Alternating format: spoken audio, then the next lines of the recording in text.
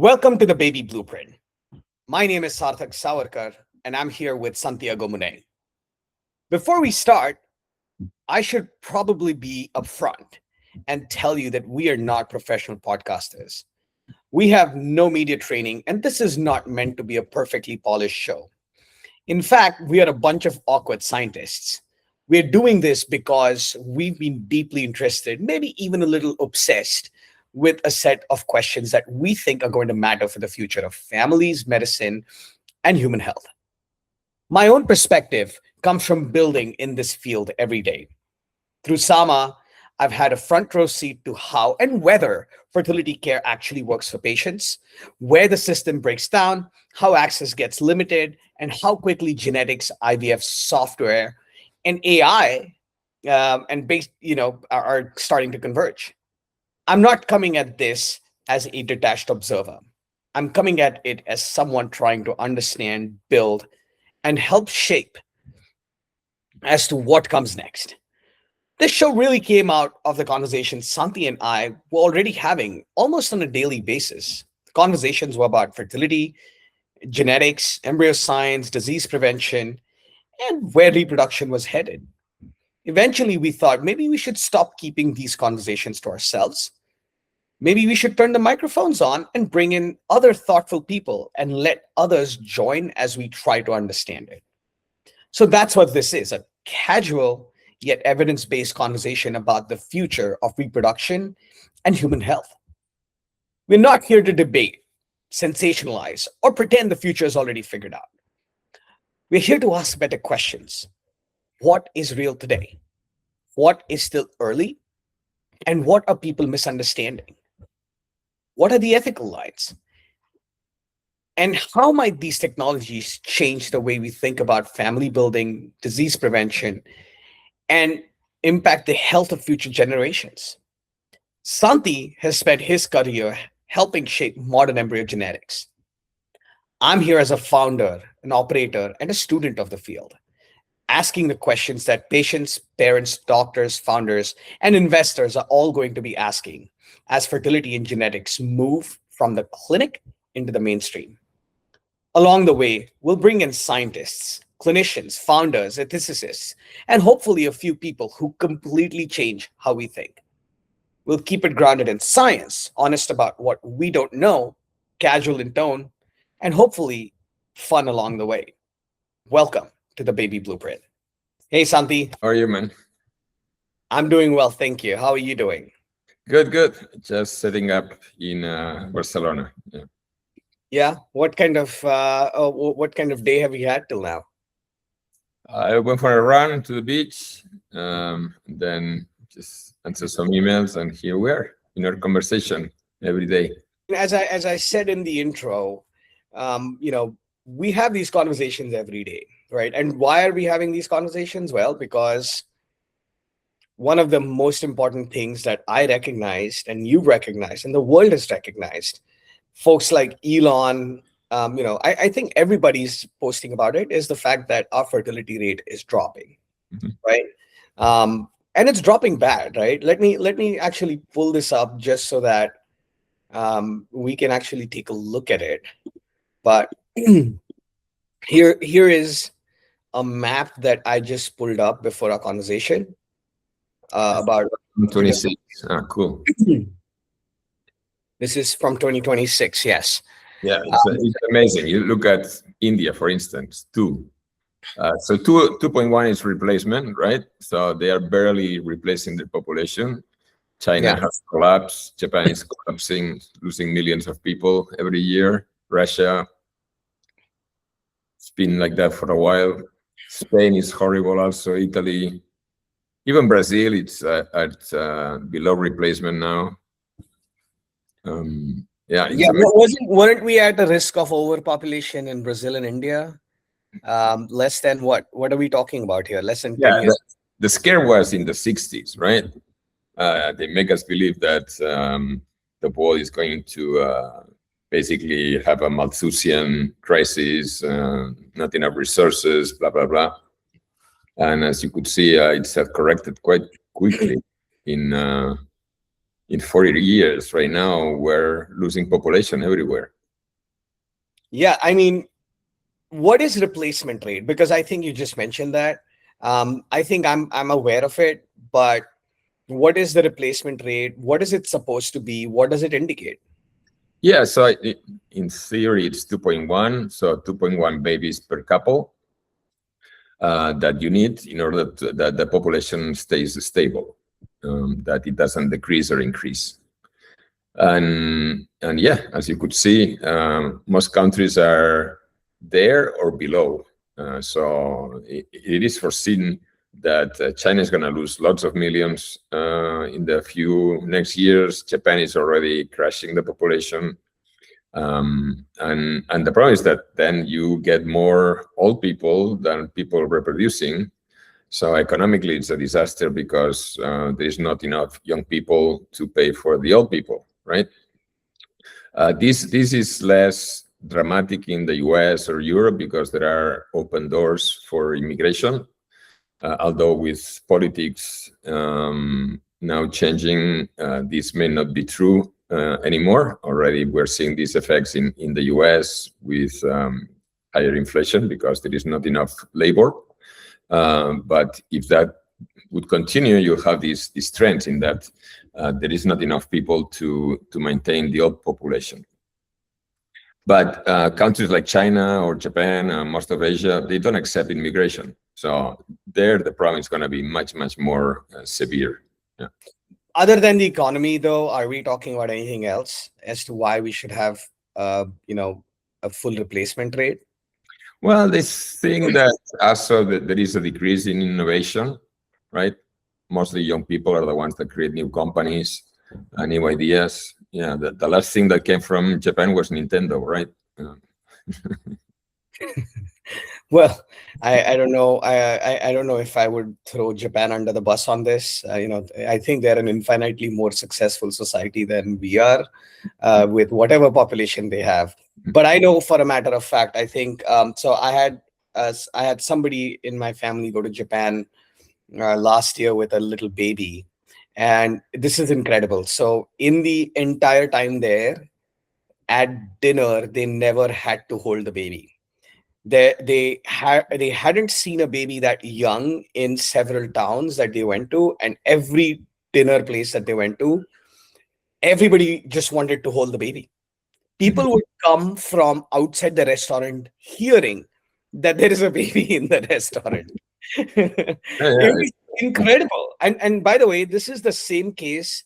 I went to I was in Ireland and Scotland, and this is the exact same thing that we felt there. There's people, young people who weren't, who hadn't seen a baby for a very long time, and they didn't know what else it was going to look like.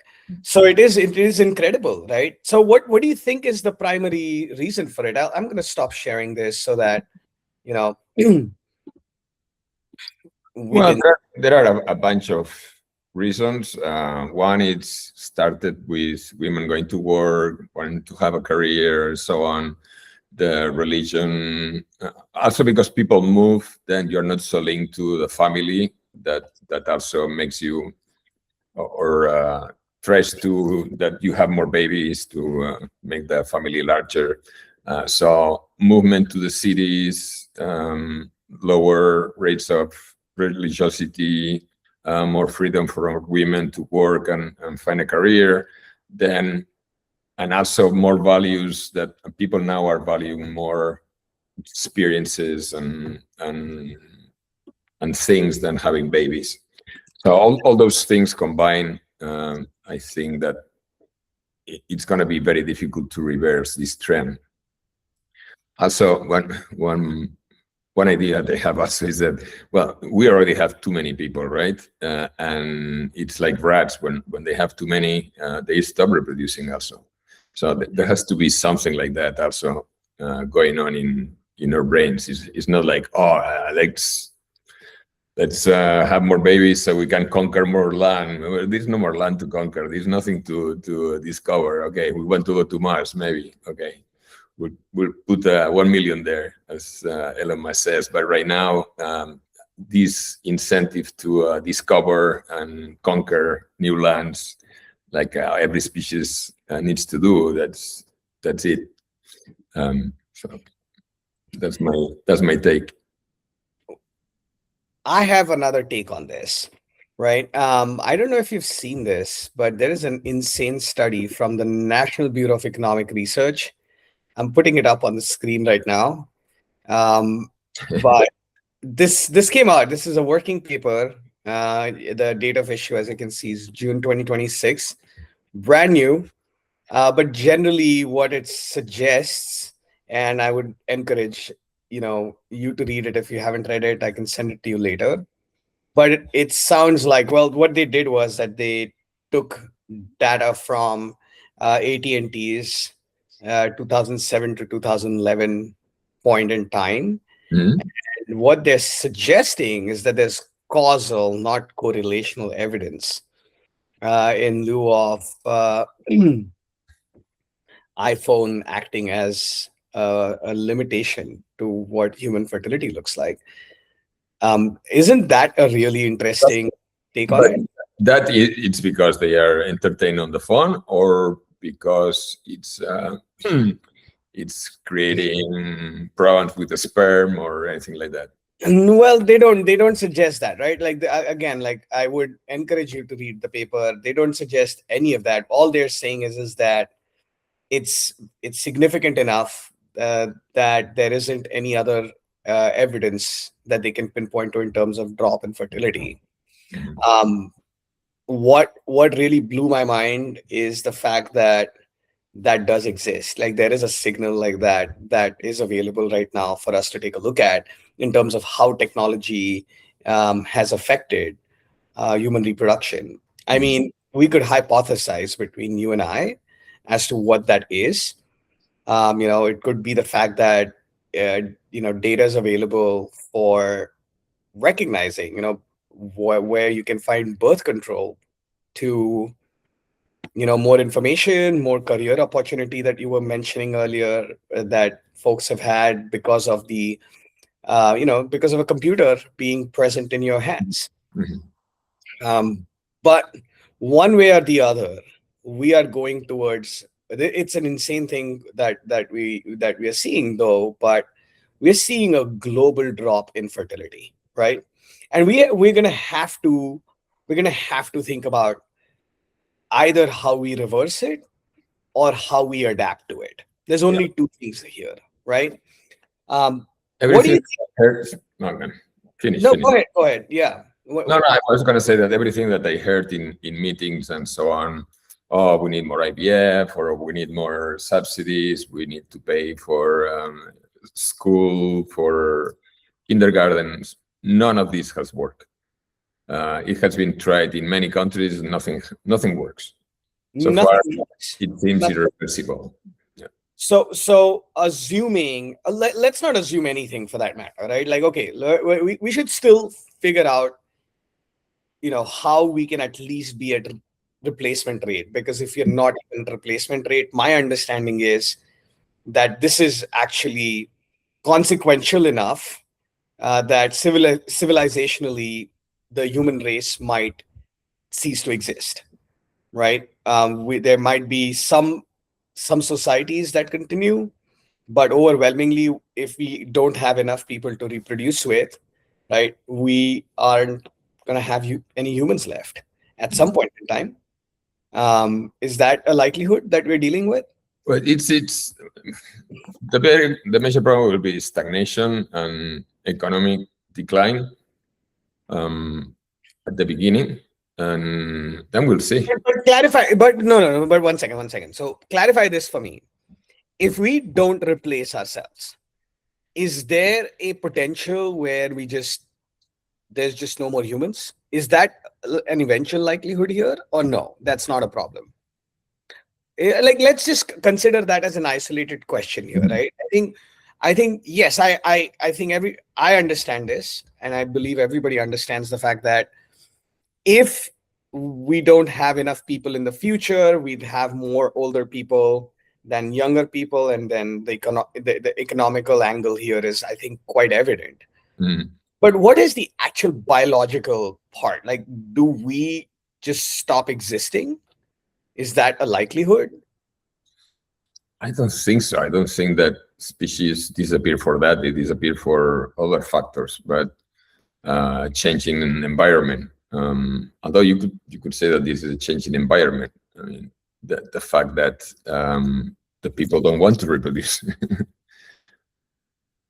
Okay, so let's assume for a second again that fine, we are not going to disappear and we're going to continue at a lower rate.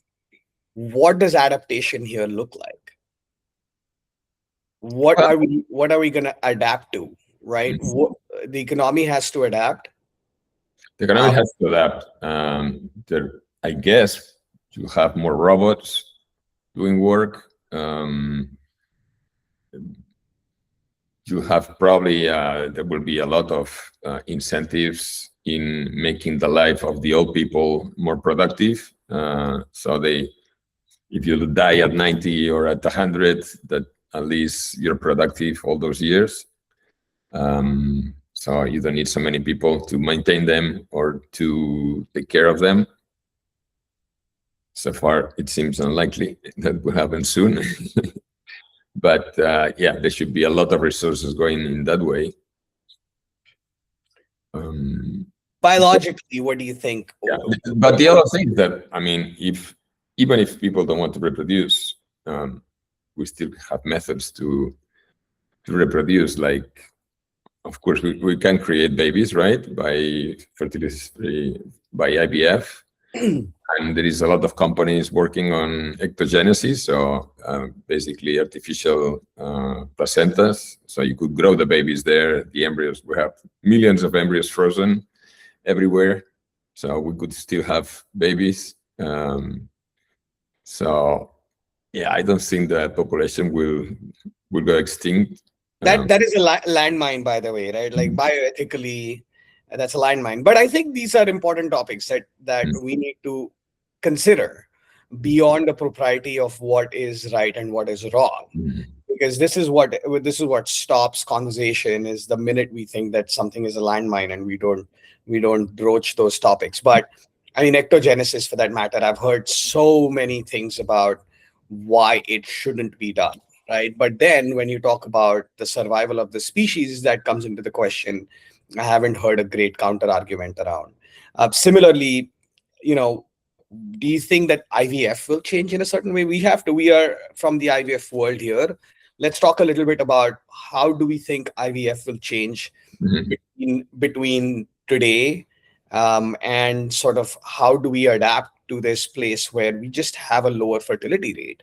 Yeah, so imagine we only have one baby on average right now in many places, 1.2, 1.3, let's say 1, okay? Now you want that baby has to be, it's your only chance, right? So it has to be, let's not call it perfect, but you're going to destinate a lot of resources to that baby, so it has the best chances at success, right? Yeah. So already we have couples that are producing a bunch of embryos and selecting for traits, so they don't have any genetic disease, they don't have any risks of diseases that come later, mostly polygenic diseases, but also to select for IQ, intelligence, height, whatever, that this couple thinks that their baby would benefit from it.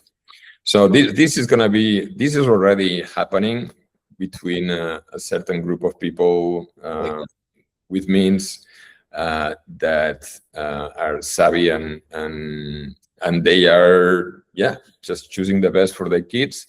Obviously, this will trickle down then to the general population. So this will be one thing that will change IVF, that it will be done not for infertile people, but also for fertile people.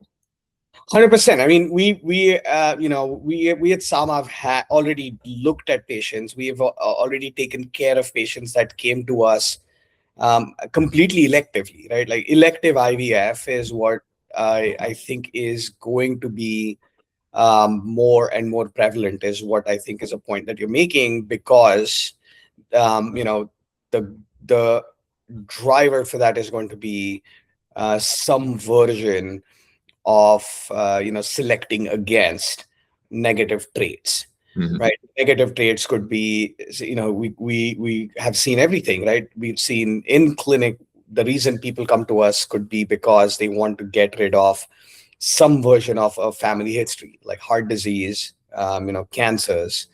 But then we have also had people now take up companies like, Heresite Nucleus Genomics, that have been telling people that they can get,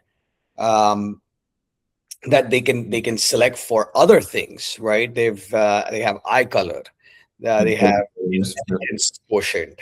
Um, I don't know how it works. I don't know whether it works. But I mean, this is a good segue into maybe recognizing what our conversations are going to be about, right? Mhm. Our conversations are going to be about all of these things. We spoke about ectogenesis. We spoke about possible trait selection. How does IVF evolve? What are the big companies in the market going to do as this evolves? So we should, we will see folks from one of the larger reproduction companies come through. We'll have people from networks, IVF networks, that come in and answer the same question about how do we think this field is going to keep evolving. Um, but this is fun. I think by the way, this is take two for us. We tried this out once, it didn't come out. We're not professional podcasters, as you can imagine, but we just thought that these conversations were super interesting. We're not going to necessarily be right every single time, but we're going to try and get to the truth, and we're going to ask questions along the way. um, I'm Sarthak Sawarkar. And then um, Santiago Munné. Join us for the next conversation. Bye. Right. Yeah, that was good. It was better.